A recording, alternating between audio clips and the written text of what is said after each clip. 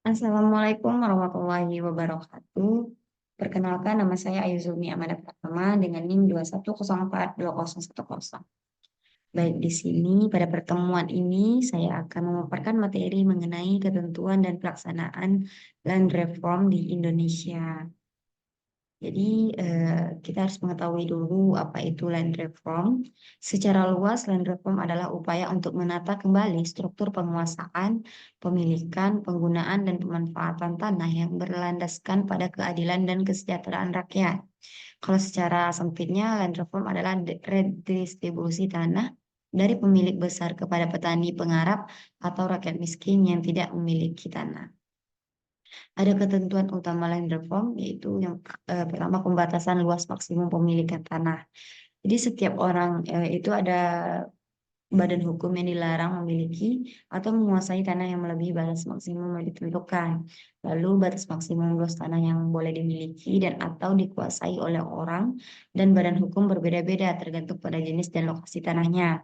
Lalu ada tanah yang melebihi batas maksimum akan diambil alih oleh negara untuk didistribusikan kepada rakyat yang tidak memiliki tanah. Lalu ada larangan pemilikan tanah absente, yaitu warga negara Indonesia yang bertempat tinggal di luar wilayah desa tempat tanahnya berada, dilarang memiliki dan atau menguasai tanah sawah dan atau tanah kering. Lalu ada tanah yang dimiliki dan atau dikuasai oleh absente akan diambil alih oleh negara untuk didistribusikan kepada rakyat yang tidak memiliki tanah. Lalu ada retribusi tanah. Tanah yang telah diambil oleh negara akan didistribusikan kepada rakyat yang tidak memiliki tanah dan atau yang menguasai tanah yang kurang dari batas minimum. Lalu prioritas diberikan kepada petani penggarap dan buruh tani yang telah lama mengusahakan tanah tersebut. Ada pengaturan pendaftaran tanah. Semua hak atas tanah harus didaftarkan kepada kantor pertanahan. Pendaftaran tanah bertujuan untuk memberikan kepastian hukum dan melindungi hak atas tanah. Lalu ada penyelesaian sengketa pertanahan. Sengketa pertanahan ini diselesaikan melalui jalur pengadilan atau di luar pengadilan. Dan pemberdayaan petani, pemerintah memberikan bantuan dan pembinaan kepada petani agar dapat meningkatkan produksi pertanian. Lalu bantuan dan pembinaan tersebut dapat berupa penyuluhan, pelatihan, pemberian modal, dan akses terhadap teknologi. Lalu ada nih poin dasar hukum land reform yang dapat dilihat dari Undang-Undang Dasar 1945, pasal 33 ayat 3, pasal 27 ayat 7, dan ketetapan MPRS nomor XX MPRS 1966.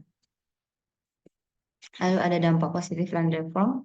Yang pertama yaitu meningkatkan kesejahteraan petani, memberikan akses kepada petani terhadap tanah dan sumber daya, meningkatkan pendapatan dan taraf hidup mereka. Lalu yang kedua, meningkatkan produksi pertanian, meningkatkan produktivitas pertanian dan mencapai swasembada pangan. Yang ketiga, mewujudkan keadilan sosial, mengurangi ketimpangan ekonomi dan menyelesaikan konflik agraria. Yang keempat, meningkatkan pertumbuhan ekonomi, meningkatkan lapangan kerja dan pendapatan masyarakat pedesaan.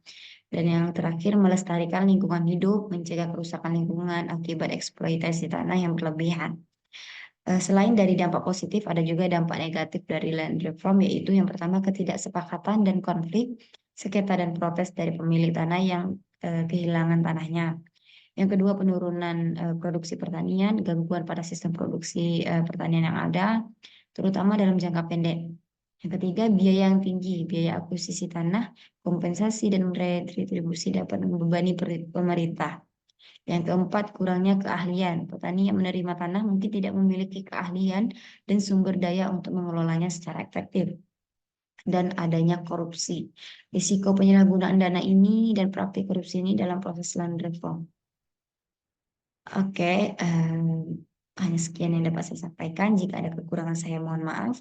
Wabillahi taufiq wal hidayah. Wassalamualaikum warahmatullahi wabarakatuh.